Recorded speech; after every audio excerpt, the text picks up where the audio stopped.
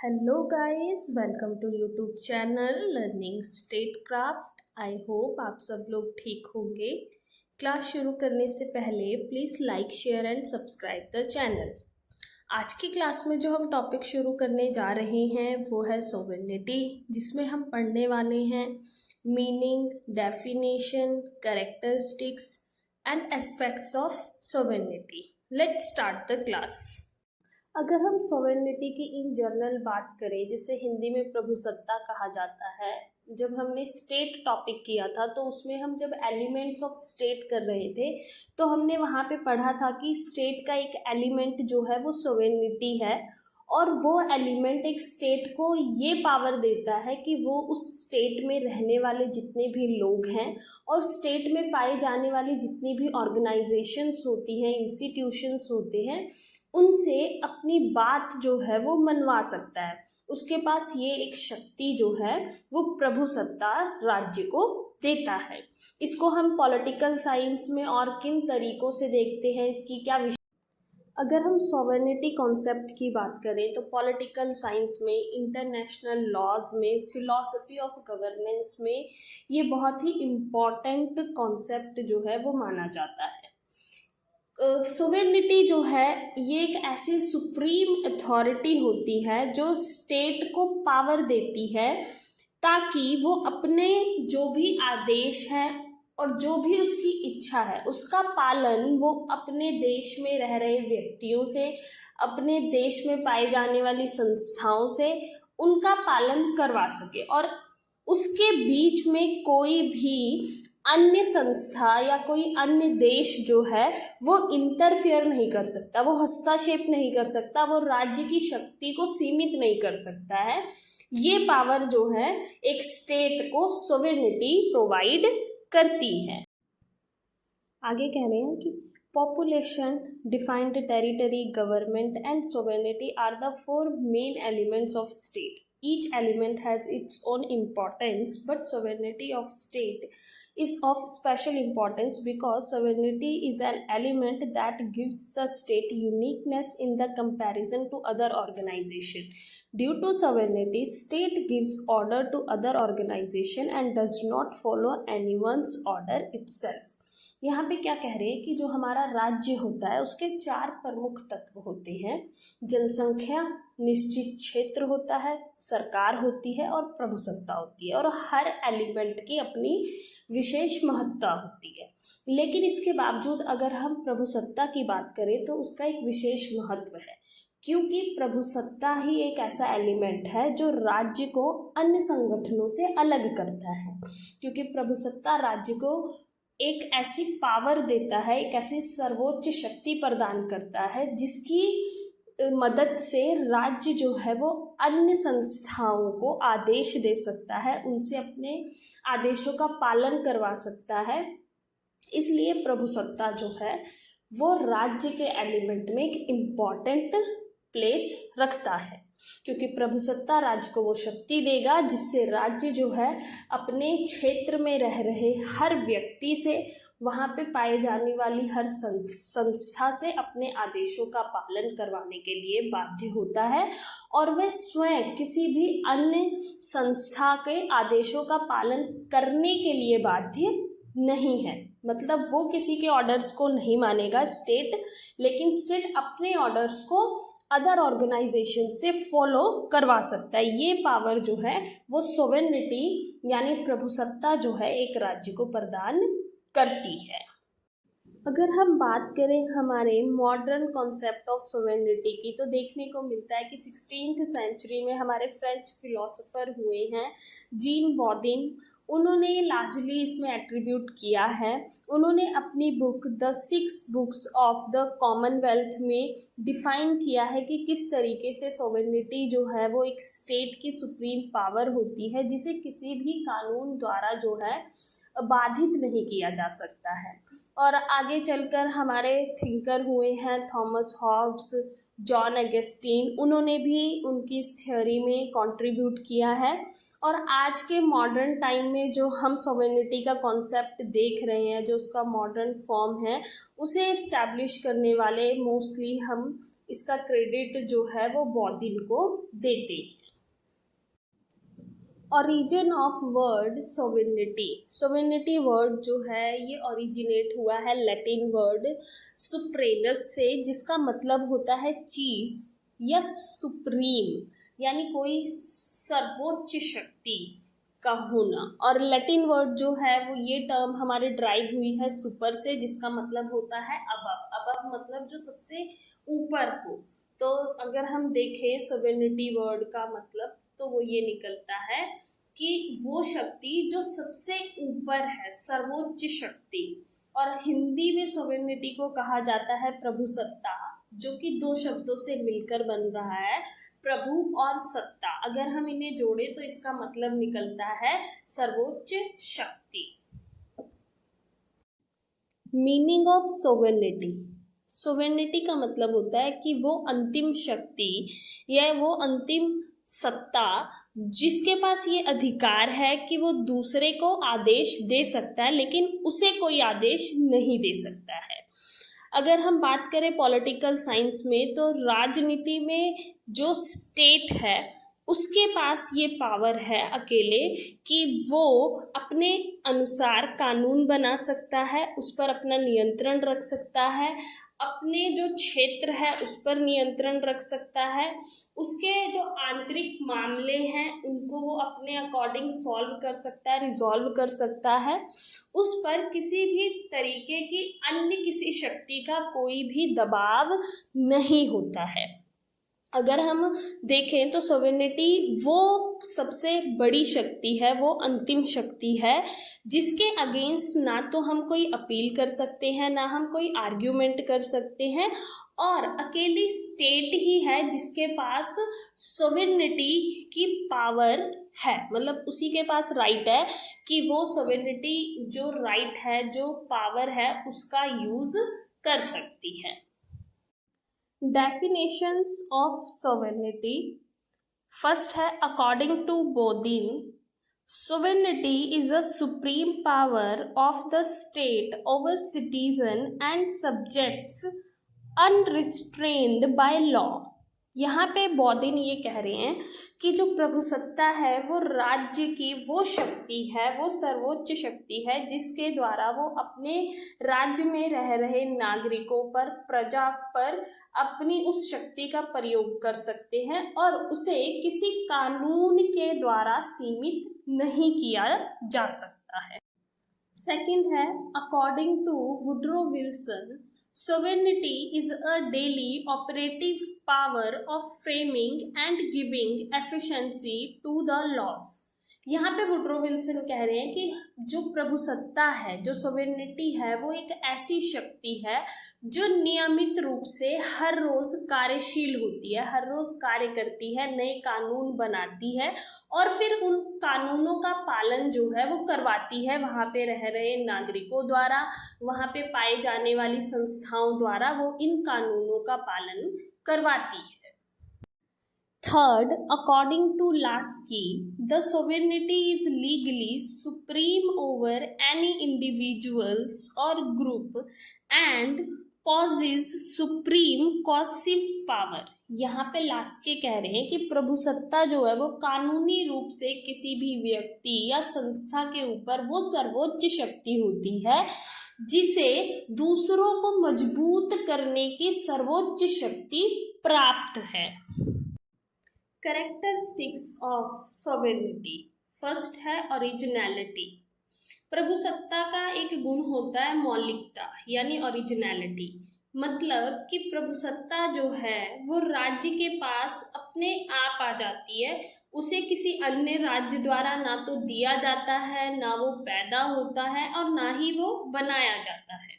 ये एक राज्य के पास अपने आप पाए जाने वाली शक्ति है और इस शक्ति के बिना, इस पावर के बिना कोई भी राज्य जो है उसका अस्तित्व संभव नहीं है। अगर कोई राज्य जो है सोवेनिटी के लिए, इस शक्ति के लिए किसी अन्य पर निर्भर करता है तो वो अपनी जो मौलिकता है, जो ओरिजिनलिटी है, उसको खो बैठता है।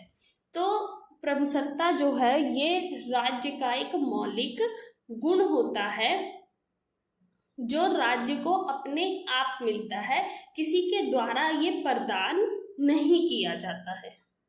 नेक्स्ट कैरेक्टरिस्टिक है परमानेंस, स्थिरता।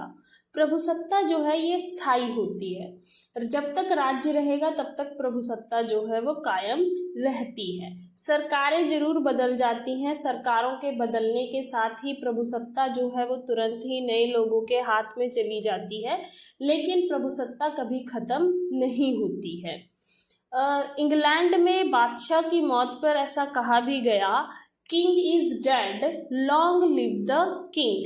मतलब ये प्रभुसत्ता का एक स्थायिकता का प्रतीक है कि बादशाह की मौत से प्रभुसत्ता का अंत नहीं होता है, कि राज्य में सरकारें बदल जाएंगी लेकिन प्रभुसत्ता हमेशा बनी रहेगी, नए लोगों के हाथ में चली जाएगी। नेक्स्ट कैरेक्टरिस्टिक है हमारी एब्सोल्यूटनेस, निरंकुशता, कि सोवेरेनिटी जो है वो एब्सोल्यूट है, निरंकुश है, जिस पर किसी भी तरीके के आंतरिक और बाहरी नियंत्रण नहीं है। वो आंतरिक बाहरी नियंत्रण से मुक्त होता है, और राज्य के क्षेत्र में रहने वाले जितने भी लोग हैं, कोई भी संगठन है, राज्य की शक्ति उसके ऊपर लागू है, और कोई भी व्यक्ति या संस्था जो है वो राज्य के आदेशों का उल्लंघन नहीं कर सकती है। और राज्य जो है वो अपने विदेशी मामलों में, अपने आंतरिक मामलों में स्वतंत्र होता है। राज्य के पास प्रभुसत्ता जो है वो एक ऐसी असीमित शक्ति है जिसका ना तो आप विरोध कर सकते हैं, ना अपील कर सकते हैं, ना कोई दलील कर सकते हैं। ये राज्य की एक ऐसी सर्वोच्च शक्ति है, ऐसी निरंकुश एब्सोल्यूट पावर होती है। नेक्स्ट है एक्सक्लूसिवनेस, एकमात्रता। सोवेरेनिटी जो है ये एक ऐसी शक्ति होती है जो राज्य में एक ही होती है, इस तरीके की कोई अन्य शक्ति जो है वो नहीं पाई जाती है राज्य में। जैसे कहा जाता है कि एक म्यान में दो तलवारें नहीं रह सकती, उसी तरीके से एक राज्य में दो प्रभुशाली शक्तियां जो है वो नहीं पाई जा सकती हैं। तो राज्य के पास जो प्रभुसत्ता है ये अकेली ऐसी शक्ति है जो राज्य को सबसे मजबूत बनाती है, और उसकी इच्छा अनुसार ही जो अन्य संस्थाएं हैं, उस राज्य में रहने वाले लोग जो हैं, वे उसके आदेशों को मानने के लिए प्रतिबद्ध होते हैं। मतलब इससे बड़ी कोई और शक्ति नहीं है कि अगर व्यक्ति कोई दलील करना चाहता है, कोई अपील करना चाहता है, तो वो किसी अन्य शक्ति के पास चला जाए, तो ऐसा नहीं है। राज्य में केवल एक ही सुप्रीम पावर है, वो राज्य के पास होती है। नेक्स्ट है यूनिवर्सैलिटी, सर्वव्यापकता, कि सोवेरेनिटी जो है वो यूनिवर्सल है, हर राज्य के पास प्रभुसत्ता है। राज्य के अधीन जो भी व्यक्ति हैं, संस्थाएं हैं, वस्तुएं हैं, वो राज्य की इस सर्वोच्च शक्ति के नियंत्रण से मुक्त नहीं है। फिर चाहे राज्य में रहने वाले विदेशी ही क्यों ना हो, उन्हें भी राज्य के आदेशों का पालन जो है वो करना पड़ता है। इस विशेषता का, सर्वव्यापकता का, कुछ विचारक जो हैं इसकी आलोचना करते हैं, और वो आलोचना करते हुए ये तर्क देते हैं कि राज्य में जो राजदूत घर पाए जाते हैं, उनमें रहने वाले जो अधिकारी होते हैं, उन पर राज्य की इस शक्ति को लागू नहीं किया गया है, या ये वहाँ पर लागू नहीं होती है।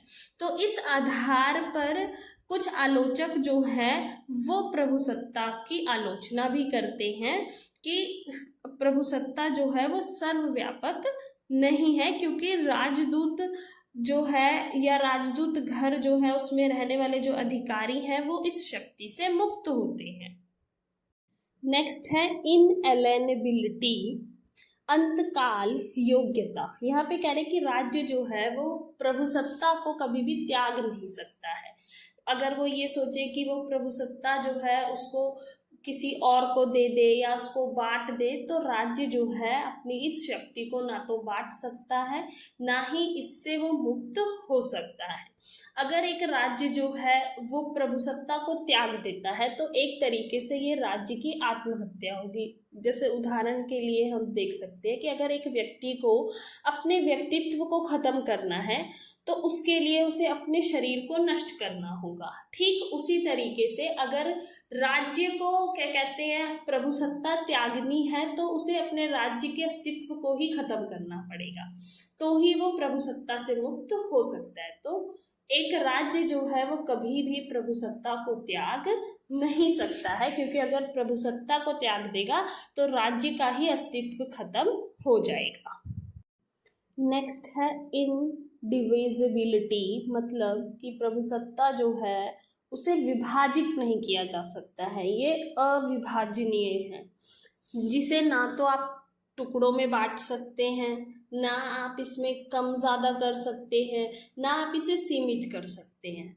तो ये राज्य की एक ऐसी शक्ति है जिसे ना तो टुकड़ों में बांटा जा सकता है, ना ही इसे नष्ट किया जा सकता है। ये अपने आप में एक सुप्रीम पावर होती है। 2 एस्पेक्ट्स ऑफ सॉवरेनिटी। प्रभुसत्ता के दो पहलू होते हैं, इंटरनल सॉवरेनिटी और एक्सटर्नल सॉवरेनिटी। इसे हम समझते हैं। इंटरनल सॉवरेनिटी यानी आंतरिक प्रभुसत्ता, ये राज्य के भीतर रहने वाले निवासी, उसके क्षेत्र और उस राज्य में पाए जाने वाले संगठनों पर लागू होता है। किसी भी राज्य के अधीन आधिकारिक क्षेत्र के अंदर आने वाले कोई भी संगठन है, संस्था है, व्यक्ति है, वो राज्य के आदेशों को मानने के लिए प्रतिबद्ध होते हैं। इसी तरीके से एक्सटर्नल सॉवरेनिटी यानी बाहरी प्रभुसत्ता का अर्थ होता है कि राज्य जो है वो बाहरी यानी अंतर्राष्ट्रीय क्षेत्र में किसी अन्य राज्य के नियंत्रण में नहीं होता है। कोई भी दूसरा राज्य जो है वो किसी अन्य राज्य पर किसी भी प्रकार के आदेश या कोई भी कानून को लागू नहीं करवा सकता है।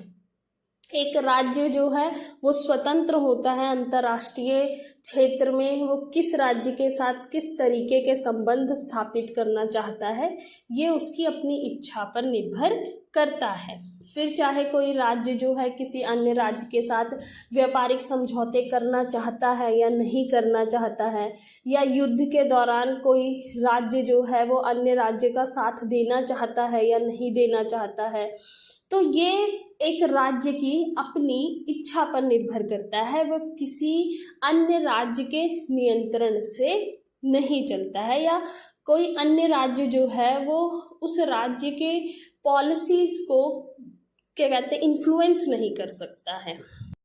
इंटरनल और एक्सटर्नल सॉवरेनिटी को और बेहतर से समझते हैं। जैसे यहाँ पे डायग्राम के थ्रू हम देखते हैं कि इंटरनल सॉवरेनिटी क्या है, जो अपने आधिकारिक क्षेत्र के अंदर आने वाले व्यक्तियों संगठनों के साथ डील करता है, उसके साथ उसके संबंध होते हैं, उनके जो भी इंटरनल अफेयर्स होते हैं उसको देखने का काम करता है हमारा इंटरनल सॉवरेनिटी। वहीं पर अगर हम देखें एक्सटर्नल सॉवरेनिटी तो ये हमारे इंटरनेशनल रिलेशंस से रिलेटेड होता है, जहाँ पर हम इंटरनेशनल पावर बनकर किस तरीके से हम अदर स्टेट के साथ अपने रिलेशंस को स्टैब्लिश करते हैं, वहाँ पर हम किस तरीके से अन्य राज्यों के साथ अपनी पॉलिसीज़ बनाते हैं, ट्रीटीज साइन करते हैं, एग्रीमेंट्स करते हैं, ये सब आता है हमारा एक्सटर्नल सॉवरेनिटी में। आज की क्लास हमारी यहीं तक होगी।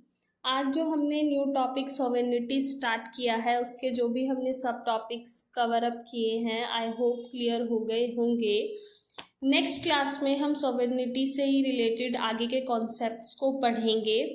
आज की क्लास बस यहीं तक। Thank you for watching. Please like share and subscribe the channel.